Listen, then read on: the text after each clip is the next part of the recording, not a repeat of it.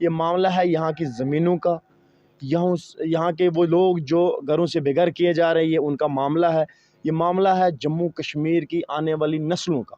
आज जो है पॉलिसीज़ जो हैं, बीजेपी की पॉलिसीज़ यहाँ चलाई जा रही हैं, आरएसएस की पॉलिसीज़ यहाँ पे चलाई जा रही हैं। जिस तरीके से आप देख रहे हैं कि यहाँ पे लड़वाने की कोशिश की जा रही है।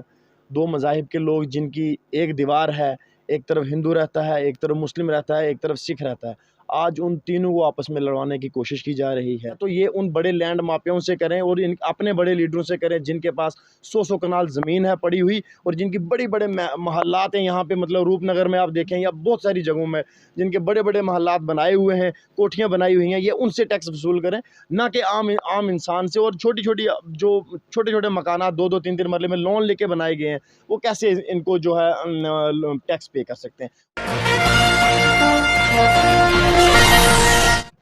आप सभी का स्वागत है जेके दास्तान में, और मैं हूं आपके साथ बिलाल बिलसी आपकी खिदमत में हाजिर। आज हमारे साथ मौजूद हैं एडवोकेट अमजद खान साहब, जो कि पीडीपी के स्पोक पर्सन भी हैं। आज हम इनसे जो है जम्मू कश्मीर के मसलों मसाइल पर जो है चर्चा करेंगे कि आखिर आजकल एपटेक कंपनी जो है काफ़ी चर्चा में है, किस तरह देखती हैं। सबसे पहले आपका स्वागत है। बहुत बहुत शुक्रिया बिलाल साहब, आपने हमें बुलाया अपने चैनल में। मैं आपका मशकूर हूँ कि आपने हमें वक्त दिया। ऐसे हालात में जहाँ पे जम्मू कश्मीर जो है बिल्कुल अंधेरे में धोंपा जा रहा है, ऐसे में आप जैसे जर्नलिस्ट हैं जो हैं, जहाँ पे मीडिया को भी ख़रीदा गया है, लेकिन आप जैसे जर्नलिस्ट जो अभी भी ज़िंदा हैं, जो आवाम की जो आवाज़ है वो कहीं ना कहीं हायर अथॉरिटीज़ तक पहुँचाते हैं, तो मुझे लगता है ये सबसे बड़ी बात है कि आप इस वक्त भी स्टैंड ले रहे हैं और आवाज़ उठा रहे हैं।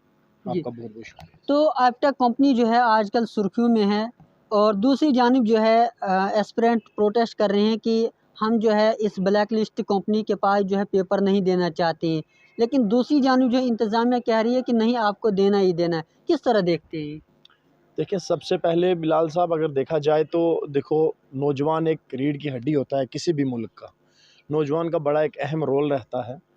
जम्मू कश्मीर जो है 5 अगस्त 2019 के बाद बिल्कुल भी स्टेट को तोड़ के जब से यूटी में किया हुआ है, इसको तबाह व बर्बाद किया गया है रियासत को, और आज एक यूनियन टेरिटरी के नाम पर है और गुंडा राज यहाँ पे चलाया जा रहा है, डिक्टेटरशिप यहाँ पे चल रही है। बाहर से लोग आकर यहाँ पे राज अगर करेंगे तो वो अगर बोलेंगे कि हम चला सकते हैं, देखो यहाँ स्टेट को जो है गवर्नर चलाता था, आज वहाँ पे एलजी उसको नहीं चला सकता है।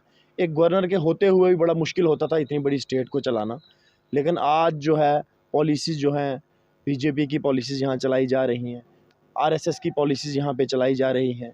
जिस तरीके से आप देख रहे हैं कि यहाँ पे लड़वाने की कोशिश की जा रही है। दो मज़ाहिब के लोग जिनकी एक दीवार है, एक तरफ हिंदू रहता है, एक तरफ मुस्लिम रहता है, एक तरफ सिख रहता है। आज उन तीनों को आपस में लड़वाने की कोशिश की जा रही है। उसके साथ ही साथ अगर आप देखेंगे, बेरोज़गारी इतनी हो गई है कि जो फॉर्म 2019 में नोटिफिकेशन निकले थे, 2018 में निकले थे, अभी तक वो जो है फुलफ़िल नहीं हो रहे हैं। जेके एसएसबी के एस्पिरेंट्स के साथ हम भी मिले थे। पार्टी प्रेसिडेंट मोहतरमा महबूबा मुफ्ती साहिबा, हमने जो है उनका जेके एसएसबी का जो प्रोटेस्ट था उसमें हम साथ थे उनके। आज भी हम उनके साथ हैं और शाना बशाना उनके साथ खड़े रहेंगे।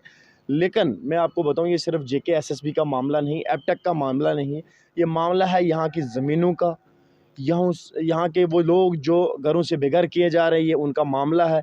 ये मामला है जम्मू कश्मीर की आने वाली नस्लों का। और अगर आप देखेंगे इनको कि जिस तरीके से ये लूट मार यहाँ पे कर रहे हैं जम्मू कश्मीर को, तो मुझे लगता है कि ये इनके जितने भी ये जो गुंडा राज यहाँ पे चला रहे हैं, या जो इनकी ये जितनी भी गंदी सोच है, इनको मुझे लगता है आवाम जल्दी ही इनको जो है इनका जवाब देगी। लेकिन इनको बड़ा एक डर है, ये जिस तरीके से इलेक्शन नहीं करवा रहे हैं, जिस तरीके से ऑल पार्टी मीट जो है दिल्ली में जो है इलेक्शन कमीशन से मुलाकात भी हुई है, तो मुझे लगता है बहुत जल्दी इलेक्शन कमीशन को यहाँ पे इलेक्शन करवाना चाहिए और यहाँ पे नुमाइंदे जो है चुन के यहाँ पे असम्बलीज में भेजने चाहिए। तो आपको लगता है कि अब जो है प्रॉपर्टी टैक्स भी जो है अप्रैल से देना होगा कि, तो किस तरह देखते हैं? क्या जम्मू कश्मीर इस वक्त जो है प्रॉपर्टी टैक्स देने के लिए जो है दे पाएगी या नहीं? किस तरह देखते हैं? देखें, जम्मू कश्मीर एक वाहिद ऐसी स्टेट थी जहाँ पे अगर एक इंसान भूखा जागता था लेकिन वो भूखा सोता नहीं था। आज यूपी बिहार से बाहर से लोग आके इस स्टेट को, इस यूटी को अगर चलाने की कोशिश करेंगे तो वो इस तरीके से इसको तबाह व बर्बाद कर रहे हैं। और इनकम टैक्स जो है, टैक्सेस यहाँ पे हमारे ऊपर थोपा जा रहा है, इंक्रोचमेंट्स को जो ली जा यहाँ पे करी जा रही हैं। तो मुझे लगता है कि ये टैक्स थोपना, इस वक्त हमारी हालात ऐसी, माली हालत हमारी इतनी मजबूत नहीं है कि हम जो है टैक्स पे कर सकें। क्योंकि हमने अभी ही जो है, हमारी जम्मू कश्मीर कहीं सुधार की तरफ थोड़ा गया था, लेकिन 5 अगस्त 2019 के बाद वापस इन्होंने 50 साल पहले इस रियासत को, इस यूटी को जो है, ये यूटी बनाई है, इसको वापस उसी जगह पे इन्होंने छोड़ दिया है। तो मुझे लगता है अभी टैक्स देने के लिए यहाँ की आवाम जो है वो तैयार नहीं है। और अगर इनको टैक्स वसूल करना है तो ये उन बड़े लैंड माफियाओं से करें और इन अपने बड़े लीडरों से करें जिनके पास 100-100 कनाल ज़मीन है पड़ी हुई, और जिनकी बड़ी बड़े महल्लात हैं यहाँ पे, मतलब रूपनगर में आप देखें या बहुत सारी जगहों में जिनके बड़े बड़े महल्लात बनाए हुए हैं, कोठियाँ बनाई हुई हैं, ये उनसे टैक्स वसूल करें, ना कि आम इंसान से। और छोटी छोटी जो छोटे छोटे मकानात 2-2 3-3 मरले में लोन लेके बनाए गए हैं, वो कैसे इनको जो है टैक्स पे कर सकते हैं? वो लोन की किस्त पे करेंगे, लोन की इंस्टॉलमेंट देंगे, या इनको टैक्स पे करेंगे? तो दूसरी तरफ जो है लेफ्टिनेंट गवर्नर कहता है कि अगर आवाम जो है आईफोन खरीद सकती है तो प्रॉपर्टी टैक्स क्यों नहीं दे सकती है। किस तरह देखती हैं? आप देखें कि आईफोन को जहां लेकर, मुझे लगता है वो एलजी साहब की एक पर्सनल स्टेटमेंट में, मैं उसके ऊपर कुछ कहना नहीं चाहूँगा। लेकिन मैं आपको ज़ाती अपनी चीज़ बताऊं तो एलजी साहब, आपने आईफोन रखा हुआ है, आपके स्टाफ ने, आपके घर वालों ने आईफोन रखा है, इसका मतलब ये नहीं कि जम्मू कश्मीर के हर बाशिंदे के पास, जम्मू कश्मीर के हर इंसान के पास आईफोन होगा। मुझे लगता है आपको आए हुए यहाँ पे जितना भी टाइम हुआ है, आपने हर डिस्ट्रिक्ट में, हर ब्लॉक में जाके नहीं देखा है कि सबके पास आईफोन है। तो आपको हमारी आवाम के ऊपर इल्ज़ामात नहीं लगाने चाहिए, क्योंकि आप बाहर से हैं। तो आपको यहाँ पे आपके इल्ज़ामात लगाकर हमारी आवाम के ऊपर झूठे इल्ज़ामात के इनके पास आईफोन है तो टैक्स देने में क्या है, इस तरह के बयानात मुझे लगता है ऑनरेबल एलजी साहब को नहीं देने चाहिए। तो काफ़ी अरसा, अब जो है बात करेंगे इलेक्शन की, काफ़ी अरसा हो चुका है इलेक्शन किए बगैर। तो क्या उम्मीद करेंगे कि पीडीपी जो है किस तरह जो है इसमें जदोजहद करेगी ताकि जम्मू कश्मीर में आने वाले वक्त में इलेक्शन कराया जाए? लेकिन देखें बिलाल साहब, जमहूरियत तभी मजबूत होती है जब वहाँ पे इलेक्शन होता है, रिप्रेजेंटेटिव जो है इलेक्ट करके भेजे जाते हैं असम्बलीज़ में, ठीक है। अब जब से इन्होंने इस रियासत को तोड़ा हुआ है, भारतीय जनता पार्टी को, सेंट्रल गवर्नमेंट को बिल्कुल ये पता है कि हम जब भी यहाँ पे इलेक्शन करवाएंगे, अब हमें जो है एक भी सीट यहाँ पे खाता खुलना भी हमारे लिए बहुत मुश्किल है, और हमारी ज़मानतें भी जब्त हो जाएंगी।